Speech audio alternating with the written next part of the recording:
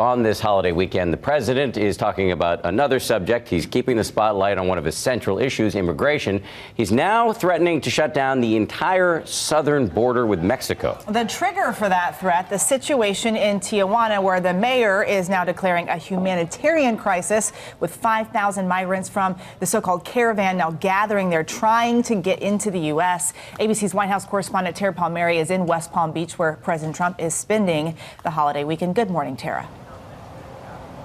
Good morning, Eva. After a month-long journey, the caravan of migrants is finally at the U.S. border. Along the way, locals have offered them food and shelter. But now that they're in this border town of Tijuana, they say they can't handle the crowds and they're at capacity.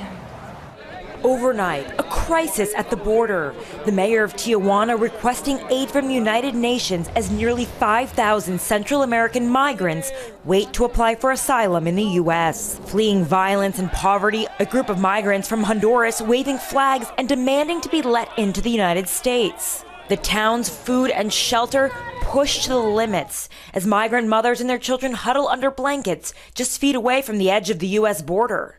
All this as President Trump threatens to shut down the border. We will close entry into the country for a period of time until we can get it under control. To the entire border? The whole border. I mean, the whole border.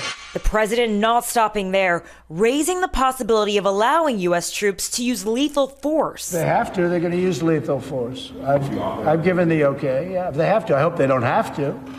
But, you know, you're dealing with a minimum of 500 serious criminals. So I'm not going to let the military be taken advantage of. I have no choice. Do I want that to happen? Absolutely not. Secretary of Homeland Security Kirstjen Nielsen said that there are 500 serious criminals and gang members in this caravan. But when asked what crimes they committed and how they identify them, she gave no evidence. Dan? All right, Tara Palmieri reporting in from Florida. Tara, thank you. A lot to talk about this morning. So let's bring in our chief political analyst, Matthew Dowd. Matthew, good morning. The president, as we just saw, threatening to shut down the entire southern border over these migrants in Tijuana. To you, does that sound reasonable or even feasible? Well, much with President Trump, it is not always reasonable or feasible, but I think this is what the president has been talking about for the last month and a half. He's recently threatened to shut down the government if he doesn't get his border wall. I think this is exclusively a humanitarian problem, not a security problem. And if the president really wanted to do something about security and protect Americans from violence, there was much more violence happened, as the start of the show said, at malls in America on Black Friday than it has at the border. So I think this is just another political message he's trying to send to this base of voters that are concerned about immigration. Let me loop back for a moment to Jerome Corsi, who we heard about in the story that David Wright brought us just a few moments ago. Corsi is an associate of President Trump, also an associate of Roger Stone. Corsi is now reportedly in plea negotiations with the special counsel Robert Mueller. How much of it, we don't know the details of these negotiations, but based on what we know, how much of a threat does Corsi pose to the president, if any?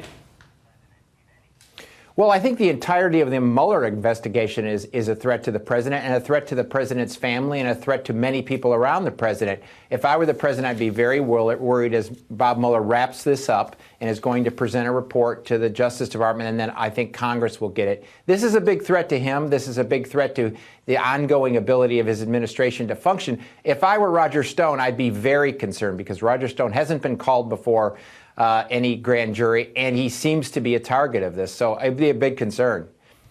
Matthew Dowd reporting in from Texas on a Saturday morning. We really appreciate it. Yes. Dan, you didn't ask me the best, most important question. Michigan, Ohio State. That's today. Michigan, Ohio State. Well, consider it asked. What's your answer? Let me give you a clue. Hail to the victors valiant. Hail to the conquering heroes. Go Michigan. Okay. I wouldn't have gotten a clue until you said Michigan. And all the people from The Ohio State University just booed. Yeah. And Dan will be glued to his TV all day today watching football. Making friends all over the Buckeye State. Matthew Dowd, we really appreciate it. Thank you, sir. Appreciate it. Have a great Saturday. Hi, everyone. George Stephanopoulos here. Thanks for checking out the ABC News YouTube channel. If you'd like to get more videos, show highlights, and watch live event coverage, click on the right over here to subscribe to our channel. And don't forget to download the ABC News app for breaking news alerts. Thanks for watching.